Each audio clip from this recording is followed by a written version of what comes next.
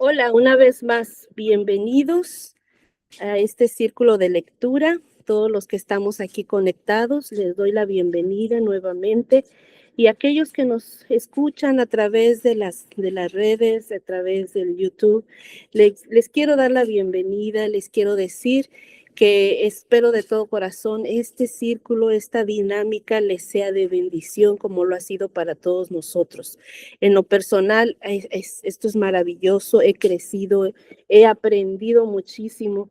Y el día de ahora vamos a seguir viendo, estamos en el libro de Reyes, en el primer libro, estamos estudiando la Biblia en orden cronológico y el día de ahora vamos a ver cómo fue construido el templo, el templo que Dios le dijo al rey David cómo quería que se hiciera. Recordemos, ya hemos visto en las sesiones pasadas, que Dios le entrega a David santo y seña, le dice exactamente todo cómo quería que fuera construido el templo. El rey David tenía en su corazón hacerlo él mismo. Sin embargo, Dios le dijo que no, que él no, por toda la sangre que él había derramado, aunque él era el dulce cantor, aunque él era el ungido, aunque él era el que Dios había escogido, pero algo en él impedía que él pudiera construirle el templo del Señor. Y ahora su hijo Salomón, ya con la instrucción de su papá, estamos viendo cómo construye el templo. Y cuando yo estaba estudiando, cada vez que estaba yo reflexionando en la reconstrucción del templo, pues venía a mi mente, ¿verdad? Que todo sacrificio, el templo significa nuestra vida personal, todo lo que tenemos que hacer, todo lo que tenemos que trabajar para que esa edificación que Dios está haciendo en nosotros siga creciendo, porque ahora nosotros no necesitamos ir a un templo que fue construido. Hoy vamos a ver detalles. Ese templo era maravilloso. Pero ahora el Señor Jesús nos dio un regalo tan grande que ahora el templo somos nosotros. Cada uno de nosotros somos templo y morada del Espíritu Santo. Dios habita en nosotros. Entonces, pues hay que hay que aprender lo que dice la Biblia, pero también le pido mucho al Señor que nos ayude a entender cuál es el trasfondo, una cosa es dijéramos, el contexto de cómo, cuándo, dónde ocurrieron las cosas, pero siempre en la palabra de Dios hay una enseñanza espiritual que es la que siempre también estoy buscando y es la que me gusta compartir con ustedes. Y bueno, sin más preámbulos, sin más introducción, vamos a empezar con este precioso tema. Déjenme ya me acomodé. En la página 567 está los subtítulos o los temas, por ejemplo, tratado provechoso para ambos. Esto está hablando de un rey déjenme les digo, de Tiro, Hiram, rey de Tiro. Este rey, que no, pues no era israelita, ¿verdad? Pero si estoy mal, si entendí mal, me gusta que me corrijan, ¿verdad? A veces me confundo y está muy bien que aclaremos las cosas, pero es lo que yo entendí. Este rey, que no era precisamente de Israel, hace un trato con Salomón, porque en el territorio de él dice que es el Líbano, es unos bosques, lo cual había cedro, había madera, cedro y el otro madera, déjenme a ver si dice aquí, eran dos tipos de madera muy buenas que ellos necesitaban para la construcción del templo. Entonces hicieron un trato y Salomón, junto con el rey de Tiro, que se llama Hiram, me parece que el hijo tiene el mismo nombre. Hacen un trato y él le provee la madera y Salomón le va a dar alimento. Durante todos esos años, mientras él está proveyendo madera, Salomón alimenta a su pueblo. Entonces son cantidades que estaría difícil ahorita, tendría que traducirlas porque ya ven que aquí tiene,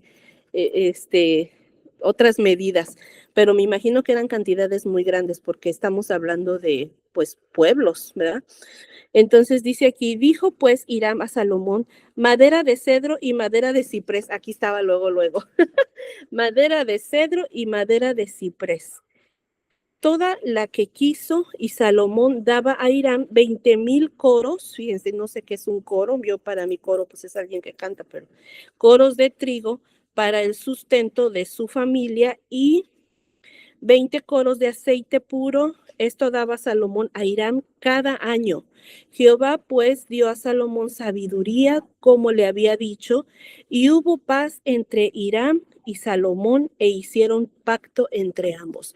Desde aquí empezamos a ver, ¿verdad? Ya vimos, creo que la clase pasada, cómo Salomón tuvo una manera muy sabia, ¿verdad? De poner ante unas madres el veredicto, ¿verdad? Como él encuentra quién era la madre verdadera. Y o sea, su sabiduría de él no nada más era para, lo que quiero decir, que nada, no era solamente en el plano de leyes, sino que aquí está haciendo tratos con otros reyes, ¿verdad? Entonces, bueno, pues acá abajito dice reclutamiento de trabajadores. Aquí esto a mí aquí empecé a tratar de decir, ¿qué está pasando? O sea, ¿qué es lo que tú me quieres enseñar, Señor, en esta porción de la palabra? Porque al principio fue muy duro para mí ver que que fueron obligados los israelitas a construir el templo de una manera, y dijéramos, fuerte. Miren, dice, y el rey Salomón decretó lava en todo Israel. Me fui a investigar qué era lava.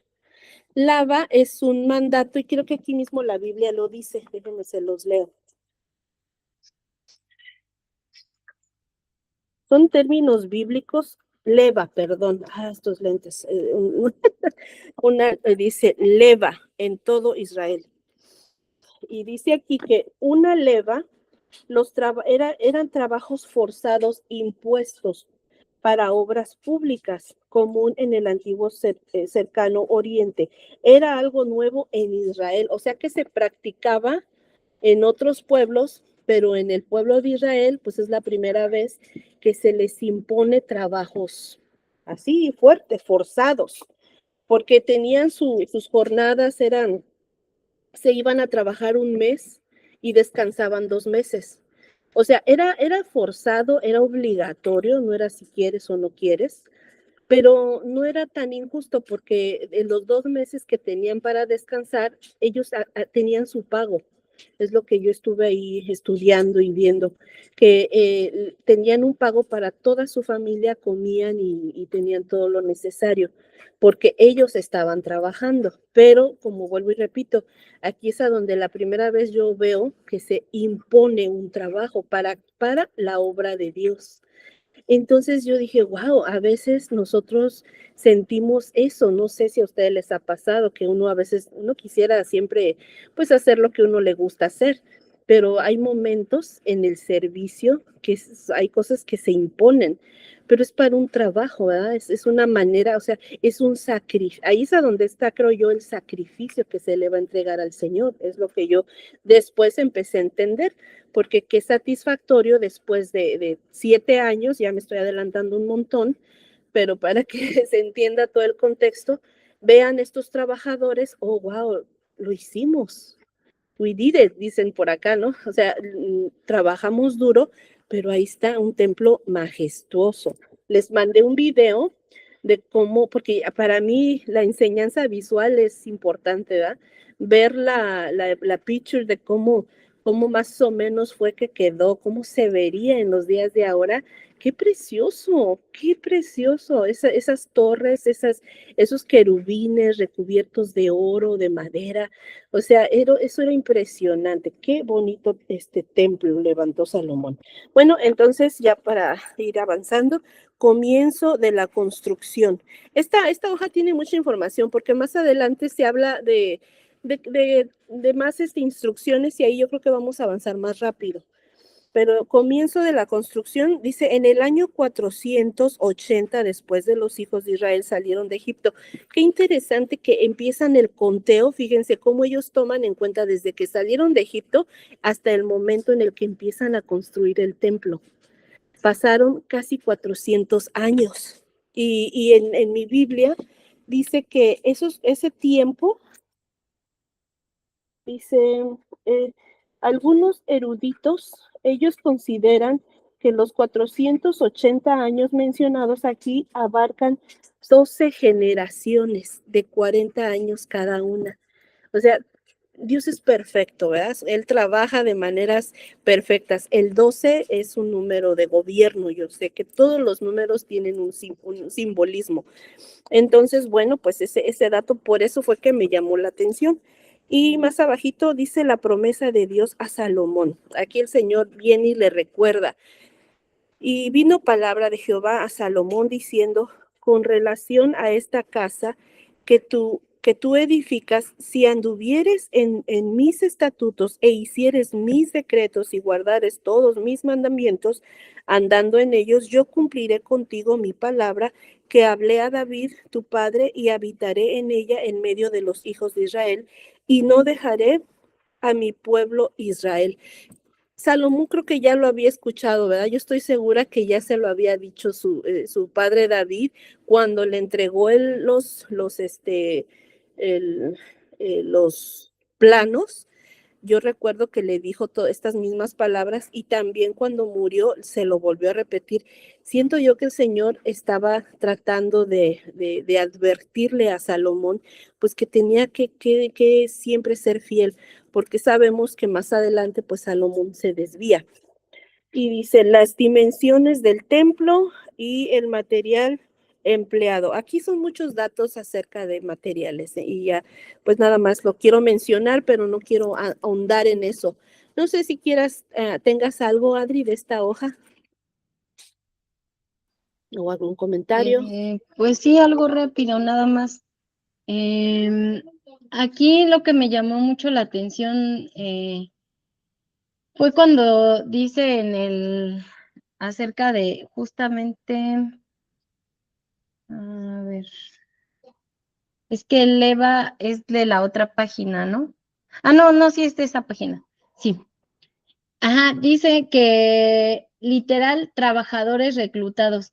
Estos 30,000 hombres que trabajaban en el Líbano eran israelitas de la tierra. Eran enviados al Líbano a razón de relevos mensuales de 10,000 hombres. Por cada mes de trabajo libraban 2 meses, lo que significaba que solo trabajaban 4 meses al año. Estos trabajadores israelitas deben distinguirse del remanente cananeo que fue constituido en esclavos perpetuos.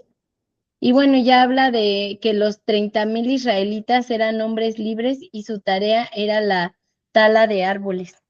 Eso me llamó mucho la atención porque tenían todo muy cuidadosamente planeado, ¿no? O sea, era una planeación estratégica donde no eran esclavos, o sea, no se caía como en esa parte de la esclavitud para que se construyera un templo, algo que no es muy notorio en algunas otras construcciones del mundo, ¿no?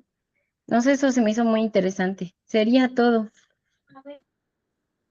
Sí, justamente eso es lo que estaba yo, no sé si siga más adelante, pero quiero añadirlo porque es lo que también dice la Biblia, que a diferencia de otros pueblos que forzaban a su gente, lo que era esa, dijéramos, una como ley de leva, era como un mandato, a la diferencia en el pueblo de Israel es que ellos tenían la promesa de que después de un mes regresaban a su casa, ¿verdad? Y tenían alimento, o sea, no eran maltratados, sin embargo, pues sí era trabajo duro durante un mes. Pero era, quieras o no quieras, lo tienes que hacer. Ahí fue donde yo dije, ay, ay, ay, caray, caray. Pero no era tan malo, ¿verdad? Bueno, en la página 568 ya empezamos a ver, aquí dice rocas refabricadas. Fíjense, esto es bien interesante porque dice, y cuando se edificó la casa, la fabricaron de piedras que traían ya acabadas. El video que les mandé está diciendo cómo cortaban esas tremendas piedrotas, porque decía, creo que cada piedra pesaba no sé cuántos elefantes adultos. Entonces, sin martillos, sin la herramienta que ahora hay, sin explosivos, cómo ellos cortaban a precisión cada piedra. Y ahí dice en el video, o sea, aquí la Biblia no me lo dio, pero en el video que puse, ahí sí dice que con madera, bien interesante, porque la madera cuando se moja se hincha. Entonces ellos hacían esos surcos, metían madera, la hacían que se hinchara para que reventara la roca, ¿verdad? Son cosas que son muy interesantes ver. Bueno, pero estas piedras, o sea, eran labradas, eran trabajadas fuera. Por eso dice aquí, de tal manera que cuando la edificaban, ni martillo ni hachas se oyeron en la casa, ningún otro instrumento de hierro. O sea, esa construcción no era ruidosa, era solamente de estar poniendo. Y todo esto tiene un significado bien interesante. Hace años yo escuché una prédica y me acordé que cuando está hablando de construcción de un templo, espiritualmente nos está diciendo cómo el Señor trabaja en nosotros. Y para nosotros ser ese templo, Él nos edifica, ¿verdad? Ese cortar de la piedra, todo eso, ese trabajo a veces forzado que sentimos, pues son trabajos como el Señor nos va trabajando a cada uno de nosotros para la construcción, para que nosotros seamos ese templo donde Él pueda habitar.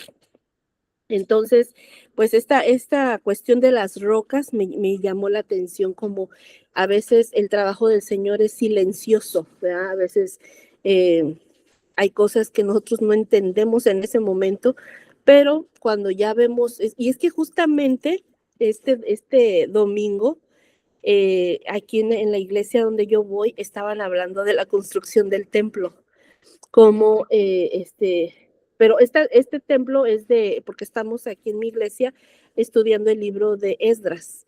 Esa es la construcción la construcción del pueblo, perdón, del templo, pero ya del segundo. Este es el primero. El primerito que le dio a Moisés es un tabernáculo. Este es el primer templo que lo identificamos como de Salomón, pero este después va a ser también derribado y va a haber un segundo templo, ¿verdad? Acuérdense que el primero es tabernáculo, no templo. Entonces ellos en Esdras se habla de la segunda construcción del templo y bueno, ahí por eso entendí también eso, cómo el Señor trabaja en nosotros para que nosotros vengamos lo primero que se construye es el altar. Y el altar es donde hay sacrificio.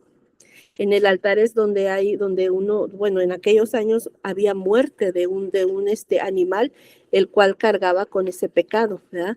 Y aplicándolo ahora, pues cuando uno muere, cuando uno dice, ya no voy a hacer esto porque sé que esto no le agrada al Señor, ahí estamos sacrificando, estamos matando un deseo, ¿verdad? Entonces así lo estaban poniendo y es una manera de entenderlo espiritualmente.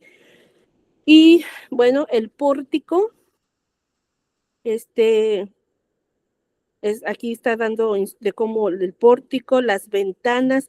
Esto de las ventanas, no me metí mucho porque, como dice mi hermana, para profundizarse nos tomaría mucho tiempo, ¿verdad? La Biblia es vasta en significado y en profundidad.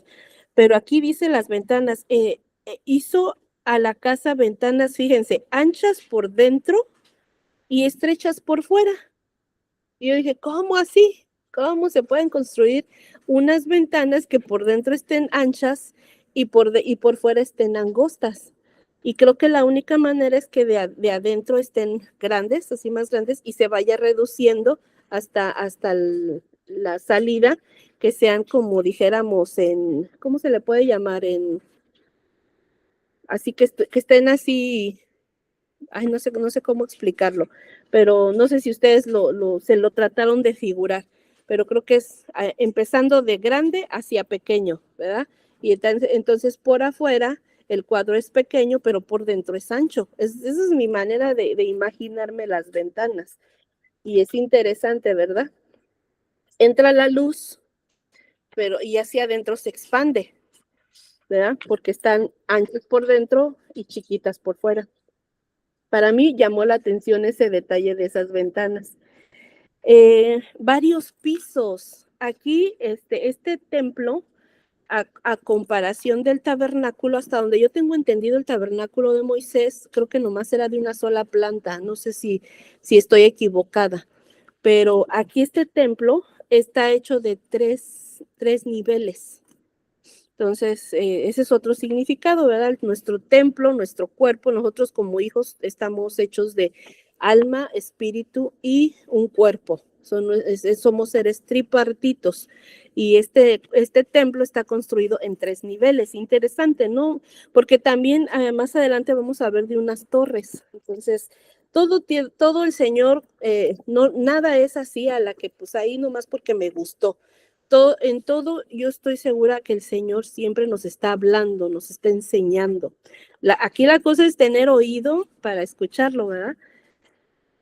El lugar santísimo, ya sabemos que el atrio es lo de afuera, el lugar santo, y el lugar santísimo es a donde estaba el arca del pacto. Y los querubines, hizo también, fíjense, en el lugar santísimo, él hizo unos querubines.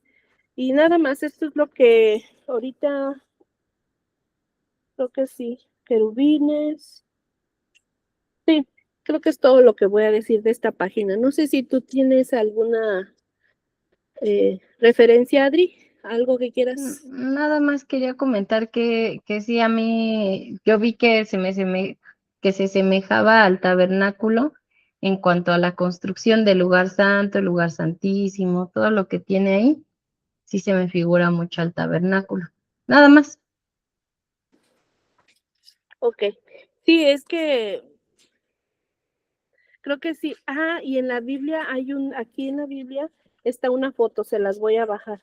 Entonces, es muy similar. Siempre está el atrio, el lugar santo y el lugar santísimo. Bueno, en la página 569 habla del velo. Hay un velo azul, púrpura, carmesí y lino, e hizo realzar querubines en él. Hay cosas un poquito similares, ¿verdad? Las paredes y el piso. Las paredes están de tabla de cedro, revestiéndolas de madera por dentro, desde el suelo hasta la casa, hasta las vigas de techumbre. Cubrió también el pavimento con madera de ciprés. Eso es ya vimos en el video qué bonito se veía, ¿verdad? Todo eso. Y esculpió todas las paredes en la casa alrededor de diversas figuras. Esas paredes tenían figuras.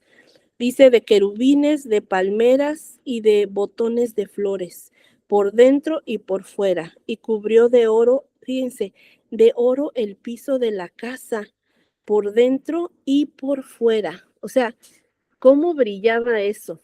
¿Cómo se debió haber visto un piso de oro? Hasta cosa me hubiera dado ahí pisarlo. No sé, yo creo que entraban descalcitos para no tallarlo.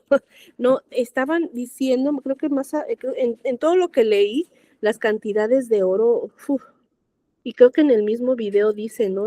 Fue el templo más costoso. O sea, fueron muchos, creo que hasta, no sé si toneladas de oro, no recuerdo bien, pero se ocupó de mucho oro y pues eso es caro, ¿verdad? Finalización de la construcción. El edificio tardó 7 años en ser construido. Y aquí hay un dato que me llamó la atención. Hiram, el artesano, este no es el papá, este es el hijo, dice, y envió el rey Salomón e hizo venir a Tiro a Hiram, hijo de una viuda de la tribu de Neftalí. Hiram era lleno de sabiduría, inteligencia y ciencia en toda obra de bronce. Pues vino al rey Salomón e hizo toda su obra. O sea que de Tiro también llegó la persona. O sea, a mí me llamó la atención porque pues no era un israelita, era alguien de fuera. a veces el Señor permite, da como, no solo, no solo provee la materia, sino que también a las personas, y a veces no son ni de la iglesia. En la iglesia donde estoy es una iglesia grande y sé que hay ingenieros a los que les pagan para el audio y no precisamente pues a lo mejor son gente cristiana o de fe, están ahí trabajando por su conocimiento, ¿verdad? Es algo que es para la obra de Dios. Entonces, bueno, todo esto en algún momento sé que nos puede ayudar a entender ciertas cosas que en las que luego estamos en la vida, ¿verdad? A veces dice, no, si no es cristiano, no, pero no, el Señor no trabaja así. Esto es lo que me gusta de leer, ver que a veces el Señor no trabaja así. Hiram, el artesano, ya les dije, esta de las dos columnas es bien interesante. Dice, estas columnas erigió en el pórtico del templo y cuando hubo alzado la columna del lado derecho, le puso por nombre. Fíjense, hizo dos columnas y les puso nombre. Jaquín, y alzando la columna del lado izquierdo llamó su nombre Boaz y puso en las cabezas de las columnas tallando en forma de lirios y así se acabó la obra de las columnas. Estas columnas son torres. Y cuando yo estaba leyendo esto, vino a mi mente las Torres Gemelas de Nueva York, como que en ciertas ciudades siempre hay dos edificios que les llaman Torres Gemelas, columnas. Bueno, no sé, pero a mí esto como que me sonó algo, ¿verdad? Pero estas torres tenían un significado. El nombre de cada una de ellas significa algo. Se los voy a leer lo que las columnas. Dice, Jaquín significa él establecerá o Dios establecerá. Y Boaz significa en él está la fuerza. Entonces dice que Jaquín representa que Dios establece, afirma y sostiene su obra en la idea de firmeza, permanencia y cumplimiento de promesas. Boaz representa que la fuerza proviene de Dios, no del hombre. Todo lo que se sostiene por su poder.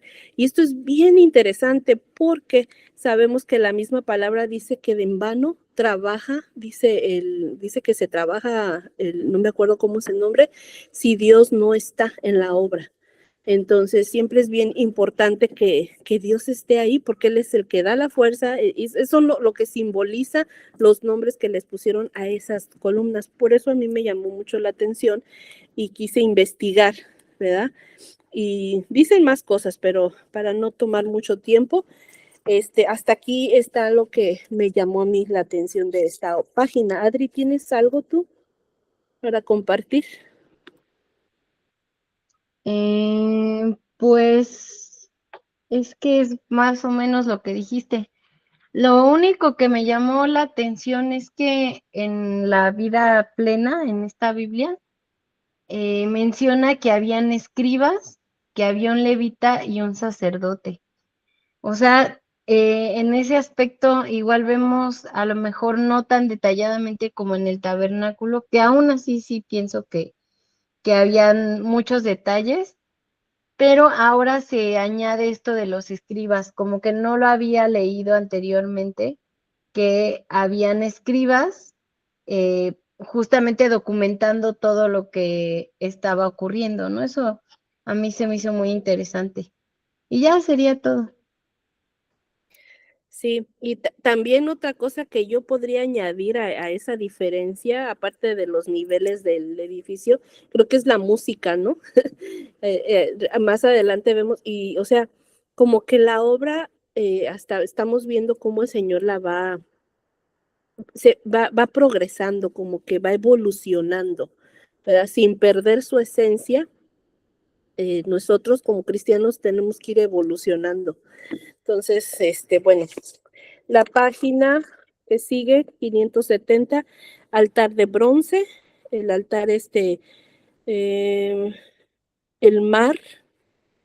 Este mar no es no es el océano, son como unas pilas, como unas piletas donde dice que eran para que los sacerdotes se lavaran en él. Acuérdense que ellos estaban ofreciendo sacrificio, entonces todo ese humo, toda esa sangre de los sacrificios, pues quedaban sucios, entonces ellos ahí se lavaban para poder entrar al lugar santo, creo yo, si no mal recuerdo.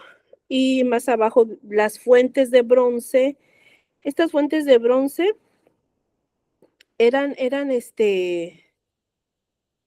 déjenme les digo si son, sí, estas fuentes eran movibles. Es bien interesante porque trae una palabra aquí que dice, hizo también 10 fuentes de bronce, cada fuente contenía 40 vatos. Yo dije, ¿cómo? Ya también se hablaba de qué onda vato. Y no, el vato es una medida. Esas son las palabras que me hace que entienda mejor las cosas.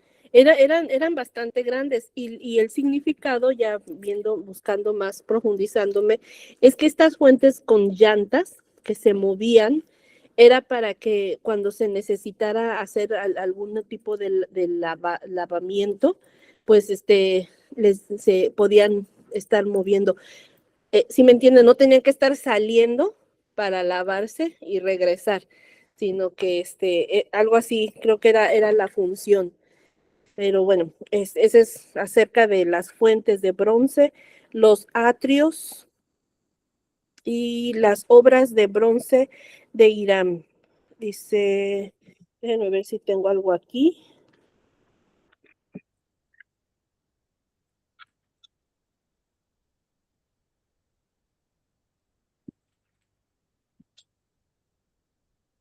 No, ya se los dije todo.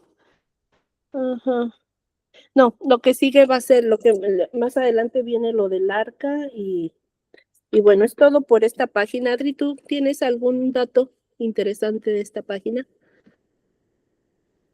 Sí, sí, aquí lo que me llamó la atención es que, bueno, sí ya dijiste un poco de Jaquín y Boaz. Dice aquí en la Biblia MacArthur que es probable que cada nombre recuerde promesas dadas a la casa de David y que recordaban de manera perpetua a los adoradores de gracia de Dios al darles la monarquía davídica, así como la necesidad que tenía cada rey de depender de Dios para su éxito. También eran símbolos de la fuerza y estabilidad de la promesa de Dios de un reino perpetuo, aunque el templo fuera a ser derribado. Eso me llamó la atención porque cómo es que aún así, sabiendo que iba a ser derribado, Dios permitió eso, ¿no? Y luego, justamente de lo que decías del mar, dice que aquí en esta Biblia, dice que era un enorme cuenco circular de bronce que se corresponde con la fuente del tabernáculo.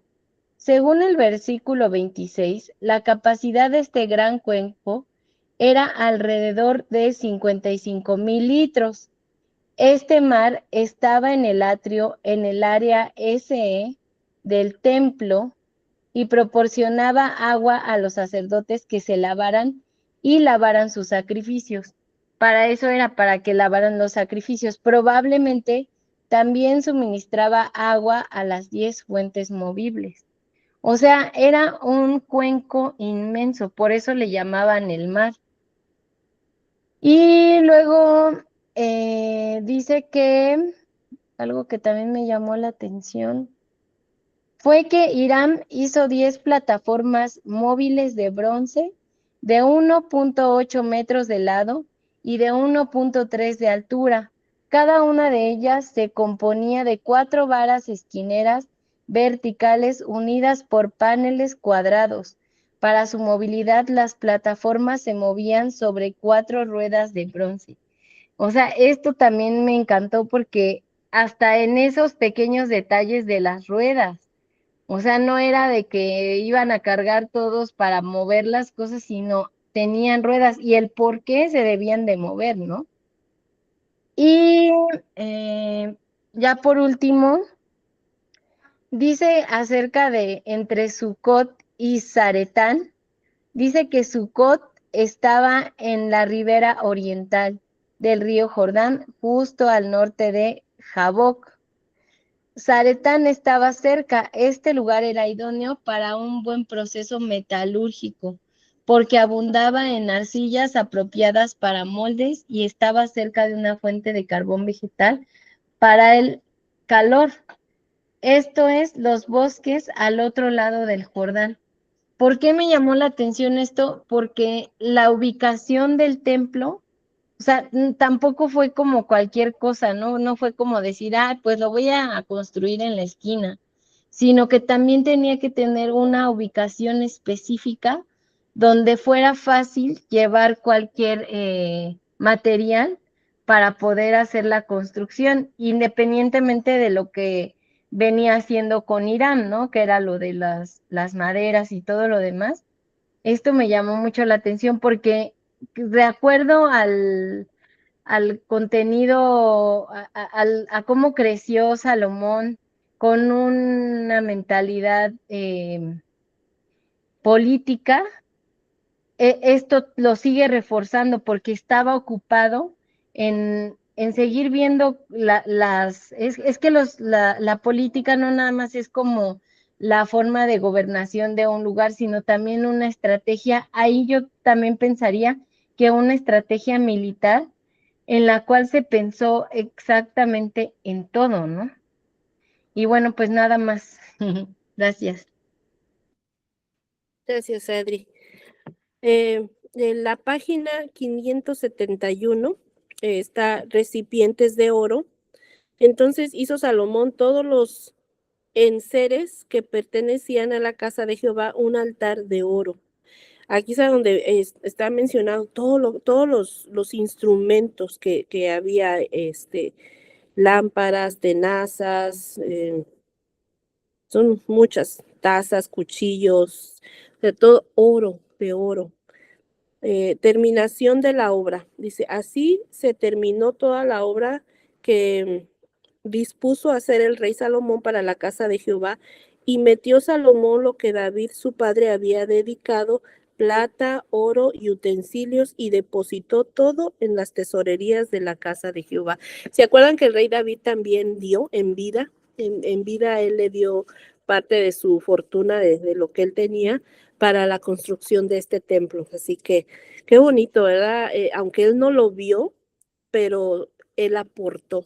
Creo que a veces así pasa, uno invierte en algo que a lo mejor no vamos a ver, pero mientras sea para la obra de Dios, es bueno para nosotros hacerlo.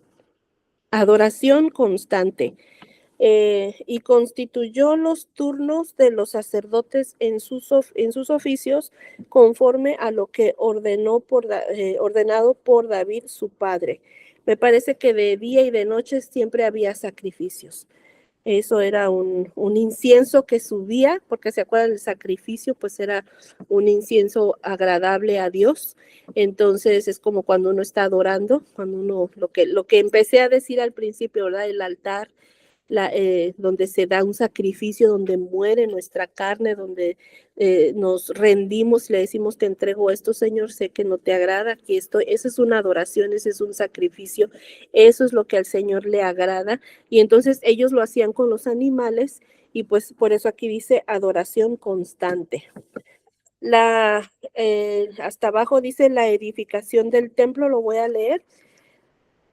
Ahora está completo el templo y sus utensilios, y Salomón reúne al pueblo para una solemne dedicación del templo, para el uso y la gloria de Dios. Salomón le recuerda a su pueblo la relación del pacto que significa el templo, y por ende de su obligación de seguir con fidelidad a Dios. En la oración dedicatoria, Salomón le pide a Dios que oiga las oraciones del pueblo y que los bendiga en momentos de necesidad especial. Cuando comienza la dedicación, se lleva el antiguo tabernáculo al lugar donde está el templo. Aquí vamos a ver, ahorita en la última hoja que vamos a ver, cómo él manda traer el arca del pacto, y qué escena, ¿no? Ver un templo precioso en una ceremonia donde están, ya no están trabajando, ahora están adorando, dando gracias. Es una fiesta, una ceremonia, ¿no? Pedir a Dios su bendición y que llegue el arca del pacto que simboliza la presencia de Dios. Y bueno, no me quiero adelantar mucho. No sé, Adri, si tienes algo que decir, algún comentario de esta página. Sí, justamente en la vida plena habla todo un artículo acerca del templo, que más adelante vamos a ver en segundo libro de Crónicas 5 más o menos. Pero aquí o sea, nos manda hasta allá porque habla justamente de lo de la adoración, eh, que la adoración al Señor sobre todos los sacrificios ofrecidos a Él ahora tenían un lugar establecido en la ciudad de Jerusalén. Pero también habla acerca del significado del templo para los israelitas y dice que desde muchos puntos de vista el templo tenía para los israelitas la misma importancia que la ciudad de Jerusalén. Simbolizaba la presencia y la protección del Señor Dios entre su pueblo. Cuando se dedicó el templo, Dios bajó del cielo, llenó de su gloria y prometió poner allí su nombre. Así que cuando el pueblo de Dios quería orar al Señor, podían hacerlo con el rostro hacia el templo y Dios los oiría desde su templo. O sea, eso se me hizo muy importante. Y luego también dice que el templo representaba la redención divina del pueblo de Dios.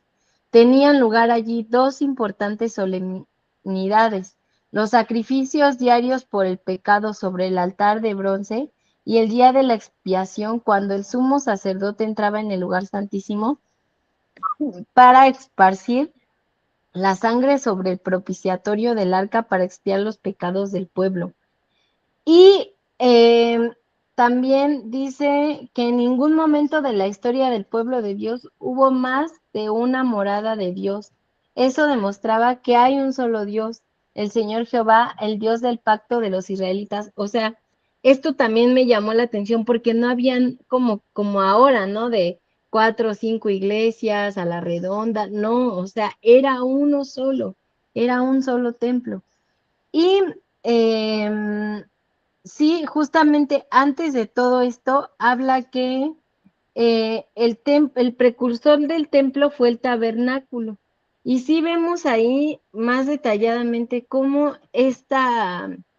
eh, cómo la forma, pues, o sea, porque sí, como decía Yoli, este templo fue como muy elevado, ¿no?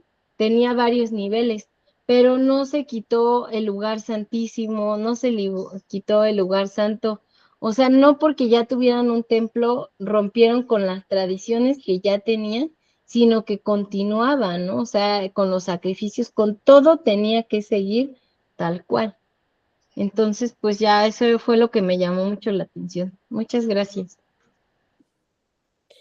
Qué interesante eso que dices de que ellos podían orar mirando hacia el templo.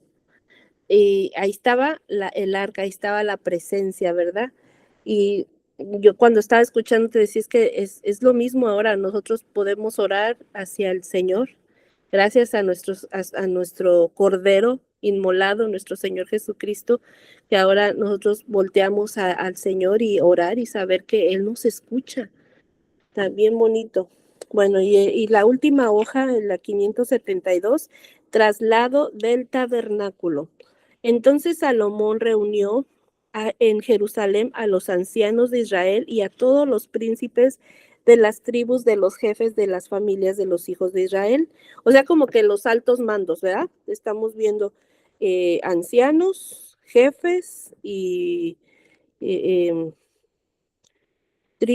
príncipes, y dice, para que trajesen el arca del pacto de Jehová de la ciudad de David, que es Sión.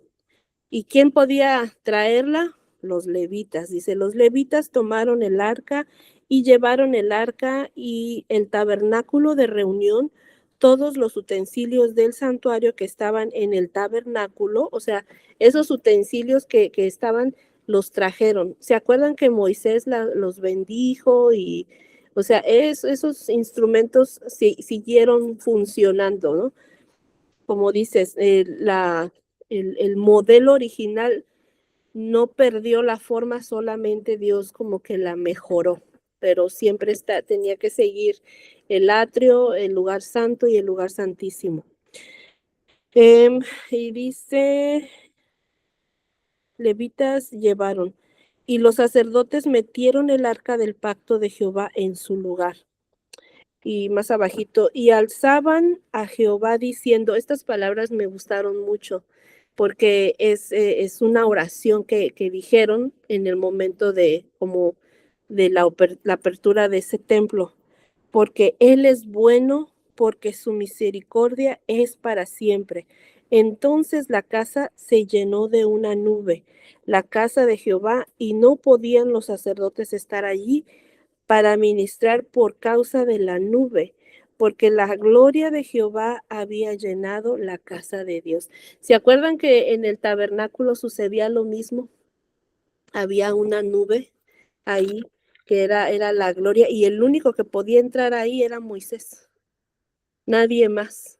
Ahorita, bueno, pues ya tienen acceso los sacerdotes, los levitas, pero dice que en ese momento, se imagina qué impresionante. Voy a leer lo que dice mi Biblia. Para hacer subir el arca. El arca fue trasladada del lugar donde David la había guardado provisionalmente para colocarla en el templo. Y lo de la nube de gloria, dice, la nube era el símbolo visible de la presencia de Dios, que su gloria estaba en el templo. Y bueno, pues eso ha de haber sido algo muy, muy hermoso.